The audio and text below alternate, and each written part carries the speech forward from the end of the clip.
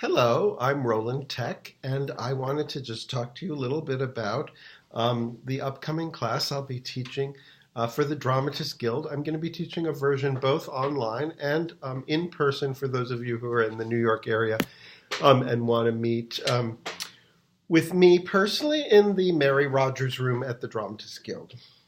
The main thrust of the 10-week class is to help non-musicians better understand what it is in music that's making them feel the way that they feel.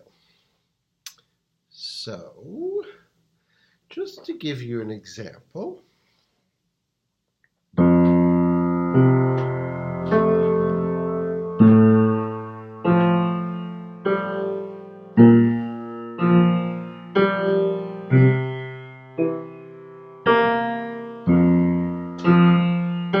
Okay, what is that? What was I playing?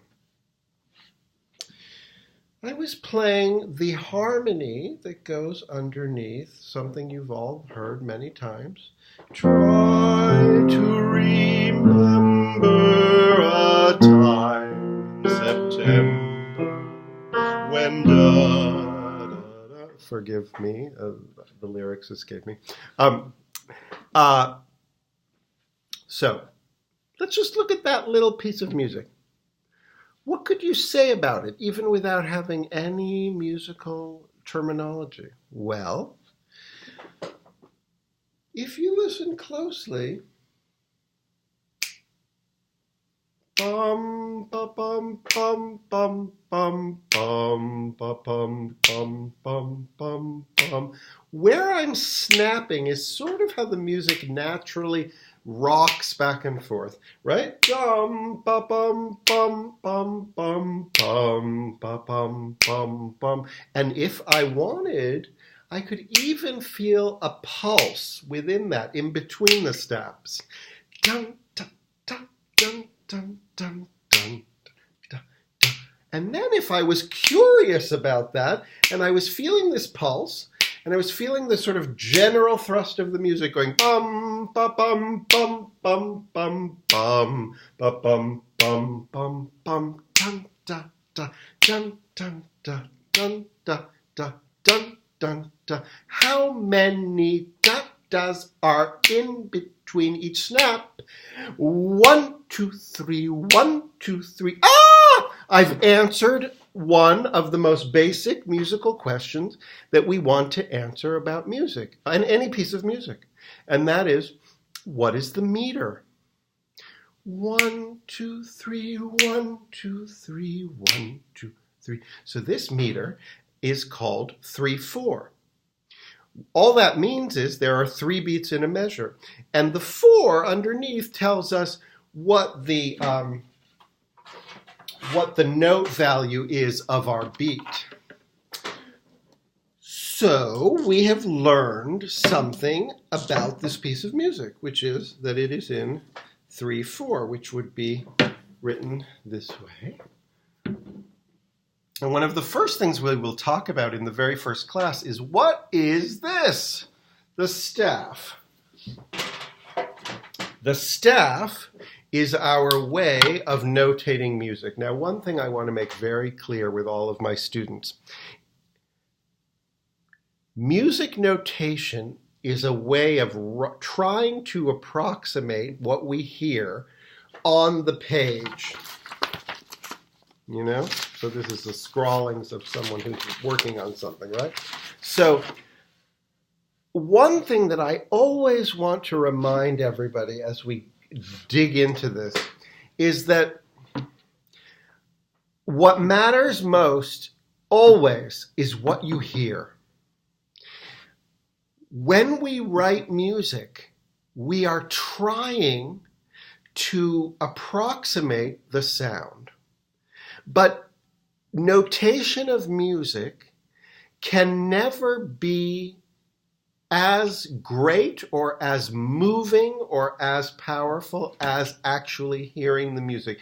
Just in a similar way, when you think about your scripts, You write the script, and you've probably heard some playwrights say a script is a blueprint for a production. The play does not live on the page. The page is a tool for actors to breathe life into the play. Similarly, in music, the music does not live on the page. The music lives in our hearts, in our ears, and the conduit are the musicians, the singers, the pianist, the violinist, the whole orchestra, whatever. The musicians who interpret those little dots on the page, and they try to play them as best they can. Now, there are things that we are able to notate precisely. I can precisely notate pitch with this system of what we call the staff. So in other words, I can tell you definitively that drawing a note head here versus drawing a note head here, those are different pitches. That is absolute. Another thing that we can absolutely represent in notation is rhythm. The difference between da, da, da, da, da, da, da, da, da, da, that's a rhythm, which I could teach you how to notate, and I will if you take this class. Or da, da, da, da, da, da, da, da, da, da, da, da, da, da, da.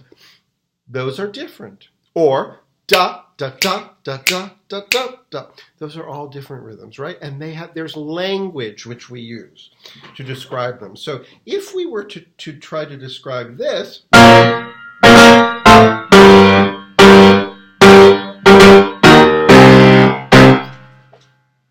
even without any musical vocabulary, what could you say? You could say, it's banging on the piano. I can tell you a little bit of a technical term. I'm playing chords.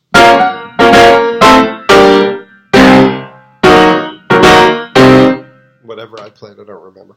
What else could you say? We will learn how to talk about this rhythm. We will learn how to more specifically describe what that rhythm is. There's another thing that's happening that you might not be able to hear right now, but if you take the class, you would be able to notice that my right hand and my left hand are doing the same thing. So that's one more thing you can think about and hear as you hear the music. That would sound very different than this.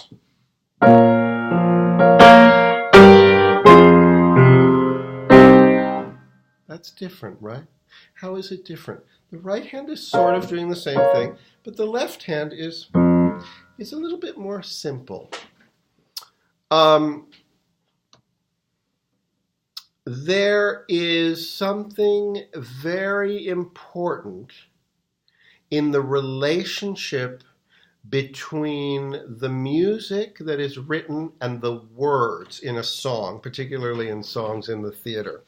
And one of the other things that we will do in the class, regardless of whether we're online or in person, is we will look at songs. We'll look at a lot of Cole Porter. Why do we look at a lot of Cole Porter? Cole Porter has the advantage of he wrote the music and the lyrics both, Sondheim as well, and so also Lin-Manuel Miranda. So we have a beautiful kind of marriage of music and lyrics.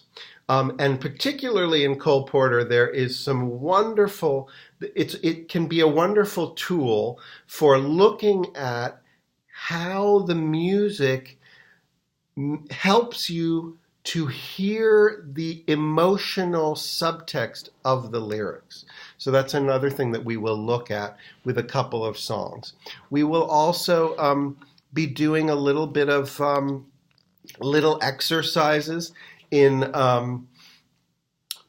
imagining if I give you a little piece of music, what would happen if this one element of the music changed? For example, if I have a piece of music, I don't know, that's like this.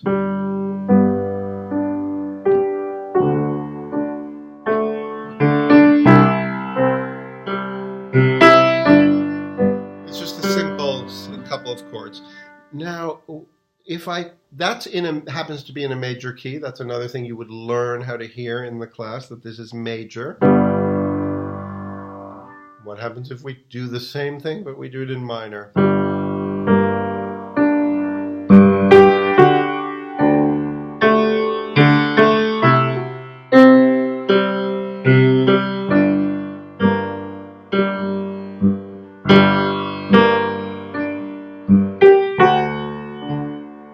Maybe make it more minor.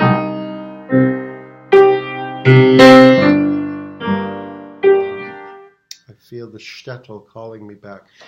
Anyway, so my biggest goal, two goals. One goal is for you all in the class to learn to trust your gut. If you hear a piece of music and you love it, express it. Let's talk about it. Let's investigate what it is that you're hearing that you're loving.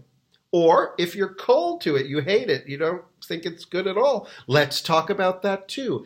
There is no invalid opinion. You have a heart, you have a mind, and you should express it. You listen to music, and everything is valid.